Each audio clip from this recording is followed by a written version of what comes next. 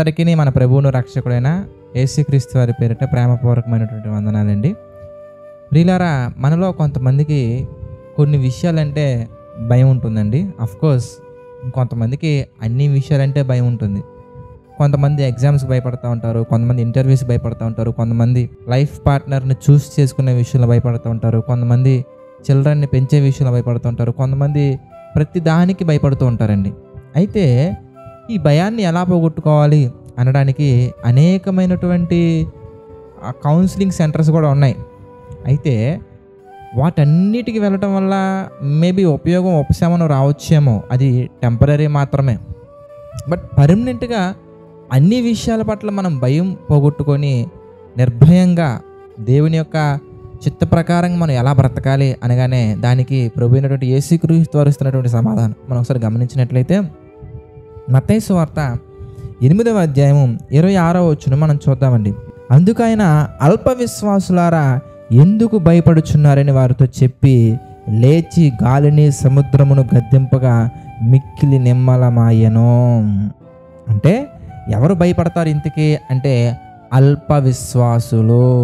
ఎవరికైతే దేవుని యెడల విశ్వాసం తక్కువగా ఉంటుందో, ఎవరికైతే దేవుని యెడల విశ్వాసం లో లెవెల్స్లో ఉంటుందో వారు మాత్రం ప్రతి చిన్నదానికి భయపడతారు, ప్రతి పెద్దదానికి గాబరా పడుతూ ఉంటారు.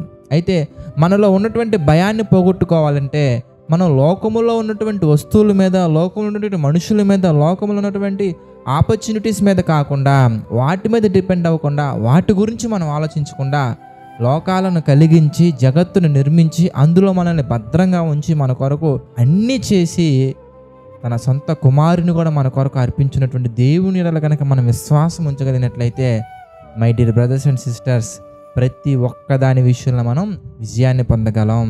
మరి విశ్వాసం ఎలా వస్తుంది బ్రదర్? నాలో ఉన్నటువంటి అల్ప విశ్వాసాన్ని ఎలా పోగొట్టుకోవాలి? నాలో ఉన్నటువంటి అల్ప విశ్వాసాన్ని నేను ఎలాగా అధికమైనటువంటి విశ్వాసంగా ఎలా మార్చుకోవాలి? నేను ఒక నిజమైన విశ్వాసంగా ఎలా రూపుదిద్దుకోవాలి బ్రదర్? నా యొక్క వ్యక్తిగత జీవితాన్ని, నా యొక్క భక్తి జీవితాన్ని దేవుని చిత్త ప్రకారం ఎలా మలుచుకోవాలని మీరు ఆలోచించినట్లయితే సింపుల్ అండి, వెరీ సింపుల్. దేవుని యొక్క చిత్త ప్రకారంగా మనం ప్రార్థనాపూర్వకంగా సిద్ధపడి బైబిల్లో ఒక వచనాన్ని మనం ధ్యానించినట్లయితే ఒక విషయం మనకు అర్థమవుతుంది. రోమీలకు రాసినటువంటి పత్రిక 10వ అధ్యాయం 17వ వచనం మనం చూస్తే, కాగా వినుట వలన విశ్వాసము కలుగును, వినుట యేసుక్రీస్తు వారిని గురించినటువంటి మాటల వలన కలుగును. అంటే మనం వాక్యాన్ని వినే విషయంలో కనుక ముందుగా ఉండి అనేకమైనటువంటి దేవుని జ్ఞానానికి సంబంధించిన విషయాలు మనం వింటే కనుక మనలో విశ్వాసం అనేది బలపడుతుంది, మనలో విశ్వాసం అనేది అభివృద్ధి పొందుతుంది. మనం నిజమైనటువంటి విశ్వాసులుగా మారగలం, విశ్వాస వీరులుగా మనం మారగలం. అప్పుడు లోకాన్ని మనం జయించగలం, లోకాశలను మనం జయించగలం. లోకాశలను జయించినటువంటి మనం అప్పుడు ఎగ్జామ్స్ని జయించలేమా? My dear brothers and sisters, అప్పుడు ఒక జాబ్ని మనం జయించలేమా? ఏ విషయంలో మనం ఇంకా తక్కువగా మారుతాం చెప్పండి? ఎందుకంటే మన విశ్వాస విషయంలో గొప్పవారుగా ఉన్నాం కనుక. విశ్వాసమును బట్టి my dear brothers and sisters ఎరుకో గోడలు కూలేను, విశ్వాసమును బట్టి ఎర్ర సముద్రము పాయలాయను, విశ్వాసమును బట్టి సూర్యుడు చంద్రుడు కూడా ఆగిపోయేంత గొప్ప విజయం మన యెహోషువ గారు పొందినట్టుగా మనం చూడొచ్చు. అలాంటి ఎన్నో గొప్ప విశ్వాస వీరుల త్యాగాలు మన హెబ్రీలకు రాసినటువంటి పత్రిక 11వ అధ్యాయాలు మనకి చాలా కనబడతాయండి. అయితే మనం ఏం చేయాలో తెలుసా? విశ్వాసంలో బలపడాలి. అలా బలపడాలంటే దేవుని యొక్క మాటలు మనం ఎక్కువగా వినాలి. మనం ఏం చేస్తామంటే జస్ట్ డైలీ డివోషన్ ఒక 10 నిమిషాలు వింటాం, లేదంటే కనుక ఒక సండే వర్షిప్ ఒక ప్రసంగం వింటాం, లేదంటే కనుక ఎప్పుడైనా మనం వినే విషయం కూడా ఎలా వింటా ఉంటానండి, మన పనులు మనం చేసుకుంటూ వింటూ ఉంటామండి. కొంతమంది సిస్టర్స్ ఉంటారండి, వంటగదిలో వంట చేసుకుంటూ ఉంటారు, ఆరాధన టీవీ కానీ శుభవార్త ఛానల్ కానీ ఇవన్నీ పెట్టుకొని ఫుల్ సౌండ్ పెట్టుకొని ఇక వాళ్ళ పనులు వాళ్ళు చేసుకుంటూ ఉంటారు. వాళ్ళ శ్రద్ధ అంతా కూడా మరి వంట మీద ఉంటే మరి దేవుని యొక్క మాటల మీద ఎప్పుడు ఉంటుందండి? కనుక మనం ఏం చేయాలంటే దేవుని యొక్క వాక్యం వినడం అంటే ప్రియులారా మన పనులు మనం చేసుకుంటూ వినడం కాదండి. శ్రద్ధగా మనం కూర్చొని ఒక్కొక్క విషయాన్ని మనం ఆలోచించుకుంటూ మనం వింటూ వెళ్ళాలి. అప్పుడు మనలో విశ్వాసం అనేది బలపడుతుంది, మన విశ్వాస విషయంలో గొప్పవారుగా ఉంటాము.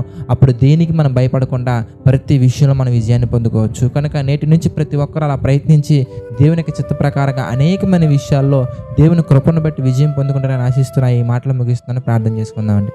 ప్రేమగల తండ్రి, దయగల దేవ, అనేకమైన విషయాలు మాకు తెలియజేసి మీ చిత్త ప్రకారం నడిపిస్తూ మమ్మల్ని ప్రోత్సహిస్తున్నందుకు కృతజ్ఞతాస్తుతులు చెల్లించుకుంటున్నాం తండ్రి. ఈ డైలీ డివోషన్ మేకింగ్లో మా తండ్రి సహకారంలో నిలబడుతున్న ప్రతి ఒక్కరిని మీరు జ్ఞాపకం చేసుకోండి తండ్రి. ఈ జేసీ టెంపుల్ పరిచర్యకు మా తండ్రి ఆర్థికంగా మా తండ్రి సహకారం నిలబడుతున్న ప్రతి ఒక్కరిని మీరు పేరు పేరున జ్ఞాపకం చేసుకుని దీవించిన తండ్రి. ప్రార్థన ద్వారా కూడా మా తండ్రి సహకారం నిలబడుతున్నటువంటి వారిని మీరు జ్ఞాపకం చేసుకుంటూ దీవించిన తండ్రి. ఆర్థిక ఆరోగ్య మానసిక సమస్యల ప్రభావ కృంగినటువంటి వారిని ప్రతి ఒక్కరిని మీరు దీవించండి, ఆశీర్వదించండి, బలపరచండి తండ్రి. తండ్రి మీ చిత్తమైతే ఇంకా అనేకమైన విషయాల ప్రభావం మేము మీ యొక్క పిల్లలుగా మా తండ్రి మారి మిమ్మల్ని సంతోషపెట్టినట్లుగా సహాయం చేయండి తండ్రి. నమ్మకంగా యథార్థంగా మీకు పరిచయం చేస్తున్న ప్రతి ఒక్కరిని మీరు దీవించండి, ఆశీర్వదించండి, బలపరచండి తండ్రి.